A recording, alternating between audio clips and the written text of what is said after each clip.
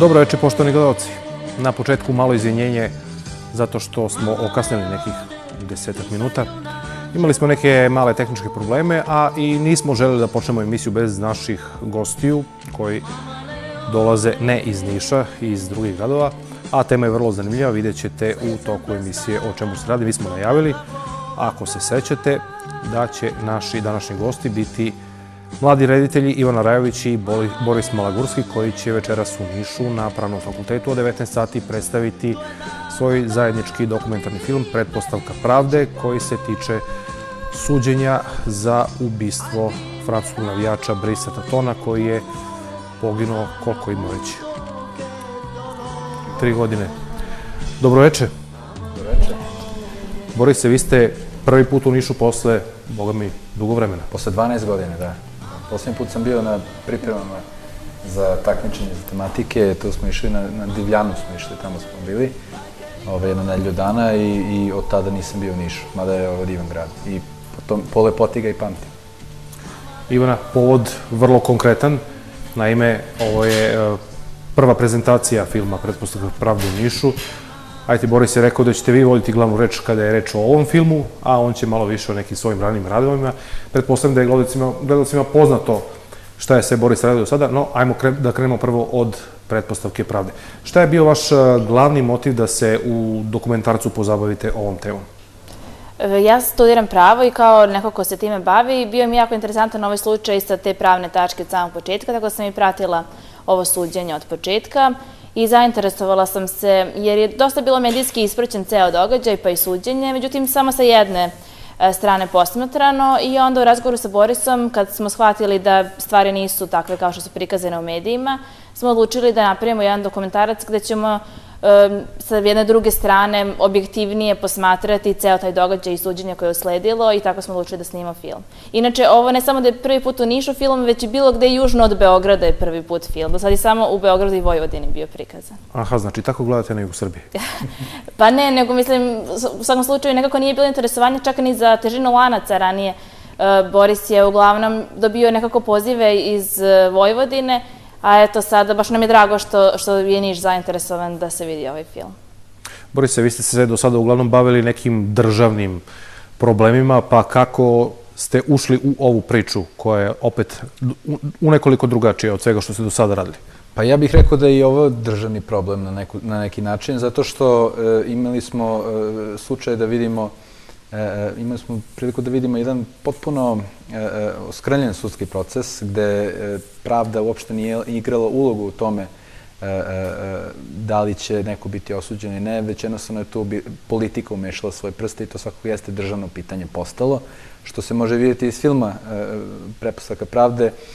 I meni je izuzetno drago što imamo priliku da vidimo ovaj film i u Nišu i što će Nišlije moći da dođu eto za nešto manje od 2 sata će biti projekcija na Pravnom fakultetu i u amfiteatru Pravnog fakulteta u Nišu, što, kao što je Ivana spomenula, je prvo prikazivanje ovog filma ne samo u Nišu, nego u centralnoj Srbiji.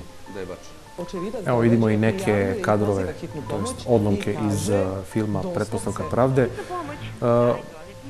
S obzirom da je sve vreme vladalo nekako drugačije mišljenje da su navijači Partizana zaista gurnuli francuskog državljanina sa te visoke ograde koja, kažu, ima čak i 20 metara. Ovo je sad potpuno kontra priča, pa mnogi izražavaju sumnju da li je ovo na neki način navijački film. Mislim, navijački u smislu da hoće da podrži našu neku patriotsku tezu da mi to nismo učinili. Ne, mi ovde nismo želeli nikoga da branimo, ni navijače, ni bilo koga drugog. Jasno je da nasilje ne sme da se toleriše i svako ko je kriv za bilo koje krivično delo treba da bude kažnjen za to što je učinio u skladu sa zakonom. Mi smo zaista objektivno ovaj film radili, tako što smo razgovarali sa svim strankama u postupku i sa predsjednicom suda koji je donao presudu i sa portparolom Republičkog javnog tužilaštva i sa advokatima odbrane i sa novinarima i profesorom Pravnog fakulteta, tako da smo dobijali stručna mišljenja i stavove kao i konkretnom slučaju ljudi koji su učestvovali u tome. Ono zašto govori se da je to navijački film samo zato što smo prvi put rekli neke stvari koje do sada nigde nisu mogle da se čuju. Do sada je postojala samo ta jedna teza u javnosti. Nije ovde samo upitno to da li je on gurnut ili je sam pao, mi se čak tim gde smo se najmanje bavili u filmu. Tu je problem od samog početka, od toga kako je izvršen uviđaj, preko toga kako je izvršeno hapšenje, ispitivanje, kako je trajao postupak. Tako da tu ima jako puno pravnih propusta i činjeničnih propusta, pa tako jedno lice koje je osuđeno nije ni na koji način dokazano da se uopšte nalazio na mestu izvršenja krivičnog dela, već ima alibi da je bio na drugom mestu. Tako da tu ima jako puno problema što se tiče ovog postupka, a mi nismo želeli nikoga tu da branimo, apsolutno. Ja bih samo dodao da ovaj slučaj je veoma poznat mnogim ljudima u Beogradu, ne toliko poznat van Beograda, ali ipak mislim da, evo, zašto je važno da ljudi dođu da pogledaju ovaj film? Zato što ono što se desilo tim mladićima može sutra da se desi bilo kome. Može da se desi deci od ljudi koji to uopšte ne razmišljaju na taj način. Jednostavno, bilo ko može da se nađe na nekom mestu u pogrešno vreme i da posle bude osuđen na robiju bez da ima neki konkretni dokaze da je bilo što učinio. Kao što je Ivana spominjala, Stefan Veličković nije bio na mestu događaja, on ima alibi, ima kaznu za nepropisno parkiranje koje je dobio u trenutku kad se dešava tuča, mislim, to ne može biti direktniji i jači alibi od toga. I opet, uprkos tome, osuđen je na 7 godina zatvora i to je zaista nevjerojatno. Zato mora da se digne svest o ovom problemu i zato pozivam građane Niša da dođu večeras u 19 časova na Pravni fakultet i da pogledaju ovaj film, da se osveste o važnosti ovog problema. Sad nameće se jedno vrlo logično pitanje, da li je bio neophodan međunarodni incident, da li je bilo potrebno da strani državljanin doživi ovakvu nesreću, da bismo se mi zapitali, a i vi na kraju krajeva napravili film. Zar nismo pre toga imali mnoštvo drugih sličnih slučajeva, kao recimo navijač Crvene zvezde Uroš Mišić, koji je osuđen zato što je, barem se tako kaže, želeo bakljom da ubije Trajkovića, žandarma.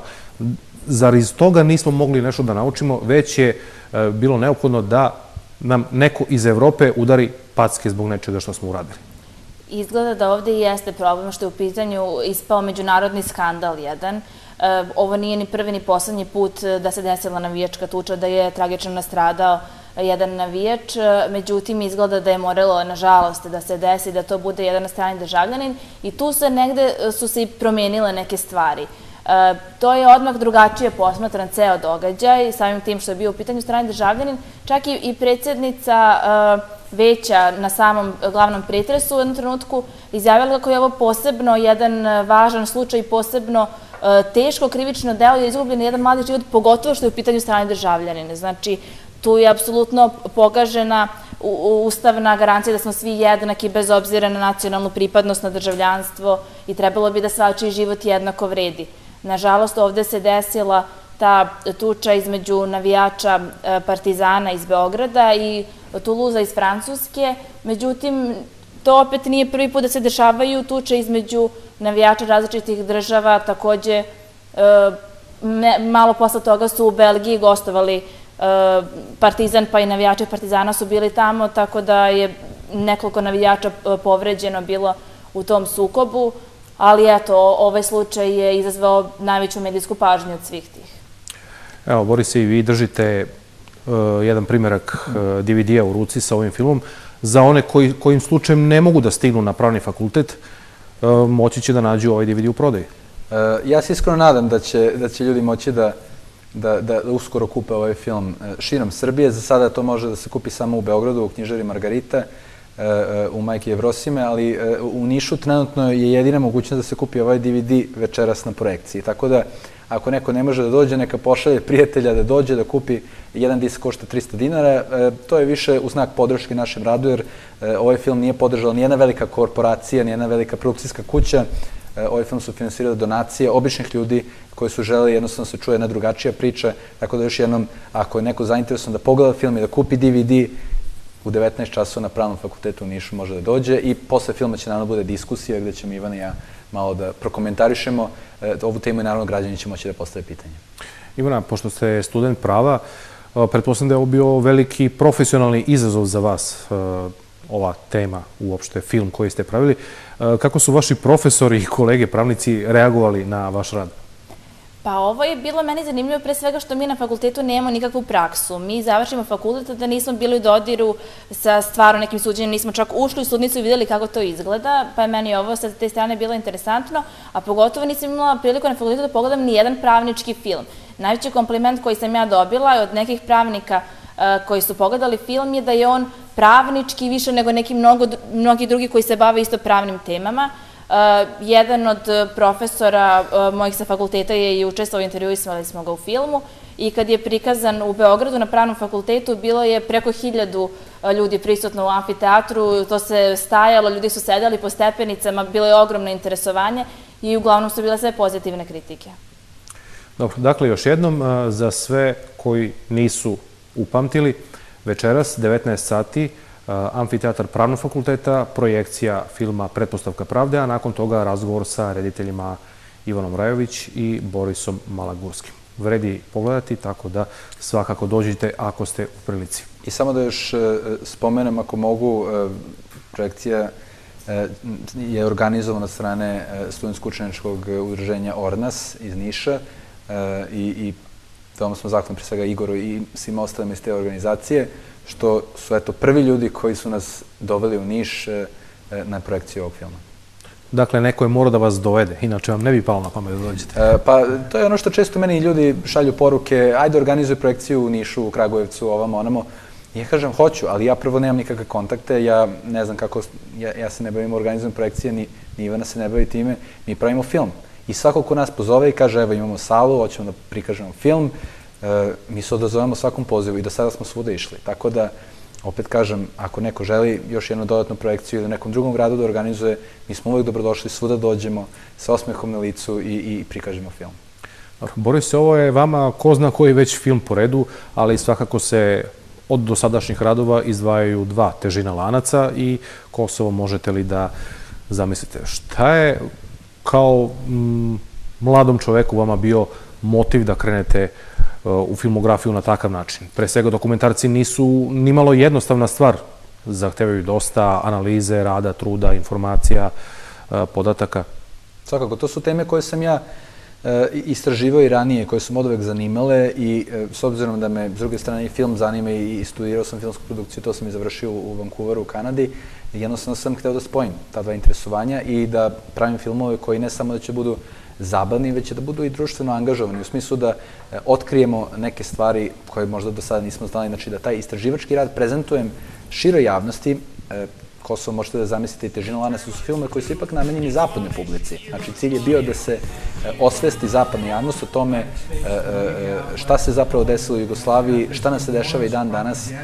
I ja mislim kao takvi da su uspeli donekle, jer mnogi ljudi su na zapadu, nakon gledanja tog filma, osvešćeni i mogu da kažu, sada malo bolje shvatamo stvari i shvatamo da nije sve tako kako mainstream mediji na zapadu predstavljaju. A jesu li oni shvatili poruku koju ste želeli da im prenesete? Uglavnom jesu. Ja znam, mnogi ljudi, imali smo premijere Težina lanaca, recimo u Australiji, u Kanadi, u Americi i nakon premijere su ljudi meni dolazili, imali smo i diskusije, i pričali smo na tu temu i mnogi Australijanci, Kanađani, Amerikanci, stvarno, oni koji su baš odatle, su prilazili i govorili hvala što si nam konačno objasnio Jugoslaviju. A da li vam veruju?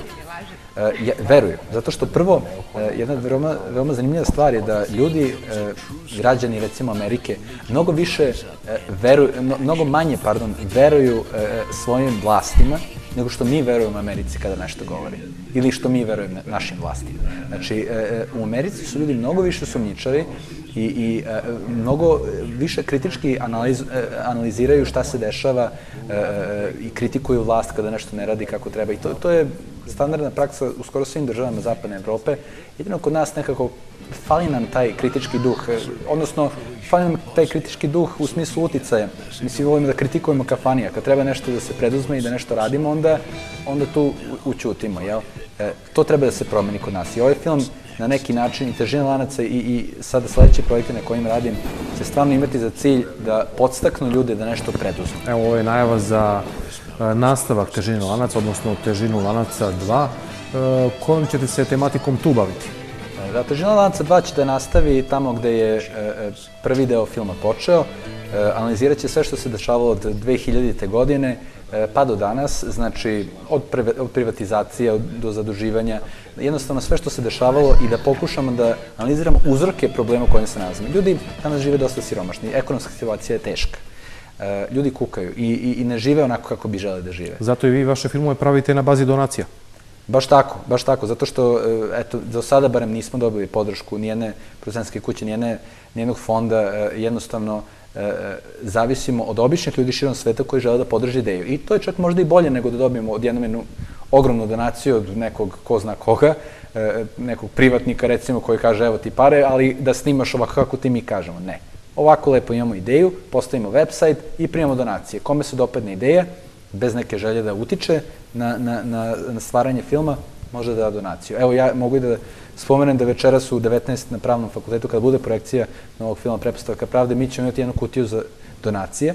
Jednostavno, kogod bude mogao da priloži, koliko god može, i 100 dinara mnogo znači, to će sve da ide u budžet za buduće filmove na kojima ćemo raditi, i pre svega Težina lanaca 2. Ivana, šta vi kažete za Borisove radove? Ja sam Borisa upoznala na projekciji u Beogradu, njegov film Težina lanaca, i do tada nisam ni čula za njega, ni za film, i tad sam bila oduševljena. I pogledala sam sad već, ne znam, 15 puta film, i ljudi generalno u Beogradu, kako god sam upoznala, su oduševljeni filmom. To se priča na sve strane o Težini lanca. Iako nijedna televizija do sada nije prikazala u Srbiji taj film, on je preko interneta dospeo do mnogo ljudi, zahvaljujući internetu. Sada mnogi su u mogućnosti da vide to sve, tako da su uglavnom sve pozitivne kritike.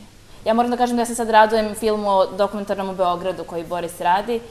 Mislim da će to biti jedan odličan... Hoćete ili i nadalje sarađivati? Što da ne.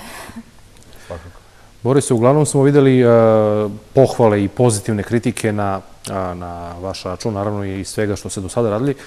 Međutim, ima negde po neki glas se javi i kažu da ste malkice možda pristrasni u svojim dokumentarcima. Ima. I to uglavnom, nažalost, su ljudi koji nisu ni gledali te dokumentarce. Ja znam da, recimo, na internetu ima puno ljudi koji govore, Boris Malgurski je rekao ovo, ono, i onako gledam, kad sam ja to rekao, nemam pojma. Tako da, nažalost, ima mnogo površnih ljudi u ovoj zemlji koji na osnovu nekih glasina, na osnovu nekih klipova koje odgledaju, odmah formiraju neko mišljenje o nekoj temi i ne ulaze u tematiku mnogo dublje. Ja znam ljude koji se ideološki ne slažu sa mnom i koji su pogledali film i koji su rekli film je dobar, ali opet se ne slažem s nekim stvarima. To je ono što sam ja zapravo hteo. Nisam ja hteo da se svi slože sa mojim filmom i da svi kažu fantastično je, bravo, sve si rekao kako treba. Ne, moj cilj je bio da otvorimo debatu. Da počnemo da pričamo o tim nekim tabu temama koje su do sada jednostavno smatrane kao završene, zaključane, verzije takva kakva je i gotovo. Debata o vama i o vašem filmu dospela je čak i u Skupštinu Srbije, ni manje ni više. Jeste, da, čak i u Skupštini Srbije se raspravljalo pre svega o tome zbog čega Radio Televizija Srbije ne želi da emituje moj film, s obzirom da sam ja ponudio film besplatno. Ja sam taj film nudio Radio Televiziji Srbije da prikaže još u maju ili ove godine, ne? Evo ići da se seti. Je prošle godine? Zar je već toliko prošlo? Da, evo, u maju prošle godine se nudio da se emituje film. Ja sam posle 4 meseca dobio odgovor da film ne može se emituje zato što je već emitovan na Happy televiziji. A to nije tačno. Emitovani su segmenti iz filma tokom jednog intervjua, kao što evo je sad na ovoj televiziji pušteno par klipova iz filma Pretpostavka pravde. Nije ceo film emitovan, je li tako? I to je naveden kao razlog. Ja sam nabavio dokument od Happy televizije gde piše lepo kada nismo emitovali film, odnosno ceo film, i na to nikad nisam dobio odgovor. I zbog toga se raspravljao zbog čega zapravo RTS ne želi da pusti taj film. A kako vam prijaju poređenja sa američkim rediteljem Michaelom Mooreom, koji se takođe bavi nekim sličnim temama? To je svakako velika čast, s obzirom da je čovek osvojio Zlatnu palmu, Kanu i Oskara. Međutim, ja mislim da ima mnogo teži posao od njega, zato što on se uglavnom bavi temama koje su već aktuelne, kapitalizam, zdravstveni sistem u Americi, 11. septembar. Ja pokušam da zainteresujem zapadnu javnost za te neke naše teme, koje možda njima nisu toliko zanimljive, šta je, znam, oni možda i ne znaju šta je to Jugoslavija, možda misle da je to neka vrsta hrane. Ja pokušavam da ih na jedan zabavan, duhovit, na njihov način, da film bude sklopljen onako kako će njima da prija, da bude, ne samo bukvalno da bude na engleskom jeziku, nego i ti nekim stilskim jezikom da bude bliže njima. Da li je bilo nekih pitanja, ma ko stoji iza ovog malog, kako se on usuđuje da se bavi ovakvim temama, ko njemu daje novac, ko mu drži leđe i tako dalje? CIA. Šalim se. Ali i kanadski ogranak. Da. Ne, ima puno ljudi koji pričaju o tome, čak neki su me otvoreno pričali, daj reci, ajde, Bog ti, ko stoji iza tebe, ajde, šta meni može da kažeš, drug sam i tako dalje. Ja često na forumima pročitam kako iza Borisa ne znam ko sve stoji, pa ga pozovem, kažem, pa dobro, što mi nisi rekao ovo, baš je zanimljivo, treba sa interneta da saznam. Tako, mislim, to često se čuju, svakakve kritike. I da bi se nadovezala na ovo malo pre pitanje, naravno da ima neke kritika na naš rad i na njegovu u vezi svih filmova, ali posle svake projekcije Težini lanac i pretpostavke pravde mi imamo jednu diskusiju na kojoj svako može da postavi pitanje kakvo god želi da iznese svoj stav o filmu i često ljudi kažu da im se ne sviđa, daju neke kritike i mi odgovaramo na to i to je skroz okej. Ono što se meni ne sviđa je što mi stalno pročitamo na nekim forumima kako ljudi kritikuju film i onda kad uđemo sa njima u raspravu shvatimo da uopšte nisu pogledali film, da im je neko nešto prepričao, videli su samo trailer i da u stvari uopšte nisu ni pogledali nešto što unapred kritikuju. Sve u svemu iza ovog filma stojimo imenom i prezimenom Ivana Rajović i Boris Mogorski. I donacije običnih ljudi koji su želeli da stanu iza ovog projekta. Film je kratak, traje 40 minuta i kažem opet svi koji dođu u 19 časova na pravni fakultet imaće priliku da ga pogledaju, da postave po neko pitanje, naravno da kupe ovaj DVD i da ponesu kući da pokažu svojim prijateljima. Tako da nema tu nekih velikih sila koje stoje iza nas, to smo samo mi. Koliko je sada već čuveni Zeitgeist uticao na vas, ako uopšte i jeste? Ja sam gledao Zeitgeist, čak sam 2 puta odgledao sva 3 dela, zato što mi se veoma sviđa njihov pristup nekoj temi. Mislim da ima tu dosta stvari s kojima se ne mogu složiti i koje nisu preterano činjenično obradili, ali sam fasciniran koliko se dobri dokumentarni filmova u posljednje vreme snima i koji su jako, kako da kažem, gledljivi, lako se gledaju. U smislu da su nekada dokumentarni filmovi bili mnogo više monotoni. Vi ako se setite nekih dokumentaraca koji su s novim prostorima snimali, to je bilo, mislim, ovo mesto je posebno po tome što ima puno rasti i tako. I onda ljudi zaspada gledaju ta dokumentarna filma. Sada su dokumentarni filmovi mnogo uzbudljiviji, mnogo dinamičniji i to se meni jako dopala. Zeitgeist mi se sviđa zato što ima milion različitih pogleda na život, na svet. Ja preporučujem svima da pogledaju Zeitgeist jer moj pogled na neke stvari se promenio nakon tog filma. Neke stavove sam naravno zadržao i dalje stojim pri njima, ali mi se sviđa to što, pogotovo mladi, sve više snime dokumentarne filmove koji imaju drugačiji pogled na neke stvari i to je neophodno za svaku zdravu demokratiju i za svako zdravo društvo.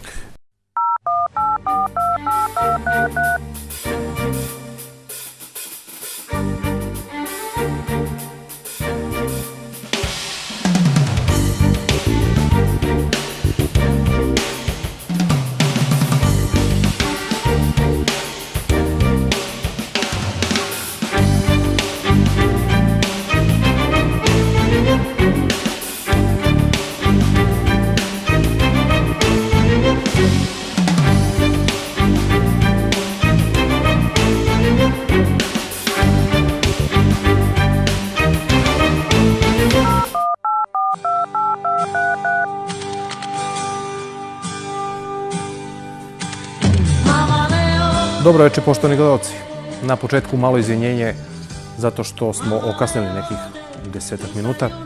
Imali smo neke male tehničke probleme, a i nismo želeli da počnemo emisiju bez naših gostiju koji dolaze ne iz Niša, iz drugih gradova, a tema je vrlo zanimljiva, vidjet ćete u toku emisije o čemu se radi. Mi smo najavili, ako se sećate, da će naši današnji gosti biti mladi reditelji Ivana Rajović i Boris Malagurski, koji će večeras u Nišu na Pravnom fakultetu od 19 sati predstaviti svoj zajednički dokumentarni film Pretpostavka pravde, koji se tiče suđenja za ubistvo francuskog navijača Brisa Tatona, koji je poginuo, koliko ima već? 3 godine. Dobro večer. Dobro večer. Borise, vi ste prvi put u Nišu posle, boga mi, dugo vremena. Posle 12 godina, da. Poslednji put sam bio na pripremama za takmičenje za tematike, to smo išli na Divljanu, smo išli, tamo smo bili. jednu nedelju dana i od tada nisam bio u Nišu, mada je ovo divan grad. I po lepoti ga i pamtim. Ivana, povod vrlo konkretan. Naime, ovo je prva prezentacija filma Pretpostavka pravde u Nišu. Ajde, Boris je rekao da ćete vi voditi glavnu reč kada je reč o ovom filmu, a on će malo više o nekim svojim ranim radovima. Pretpostavljam da je gledalcima poznato šta je sve Boris radio do sada, no ajmo da krenemo prvo od Pretpostavke pravde. Šta je bio vaš glavni motiv da se u dokumentarcu pozabavite ovom temom? Ja studiram pravo i kao neko ko se time bavi, bio mi jako interesantan ovaj slučaj sa te pravne tačke od samog početka, tako da sam i pratila ovo suđenje od početka i zainteresovala sam se, jer je dosta bilo medijski ispraćen ceo događaj, pa i suđenje, međutim samo sa jedne strane posmatrano i onda u razgovoru sa Borisom, kad smo shvatili da stvari nisu takve kao što su prikazane u medijima, smo odlučili da napravimo jedan dokumentarac gde ćemo sa jedne druge strane objektivnije posmatrati ceo taj događaj i suđenje koje je usledilo i tako smo odlučili da snimamo film. Inače, ovo ne samo da je prvi put u Nišu film, već i bilo gde južno od Beograda je prvi put film. Do sad je samo u Beogradu i Vojvodini bio prikazan. Aha, znači tako gledate na jugu Srbije? Pa ne, nego mislim, u svakom slučaju nekako nije bilo interesovanje čak ni za težinu lanaca ranije. Boris je uglavnom dobio nekako pozive iz Vojvodine, a eto sada baš nam je drago što je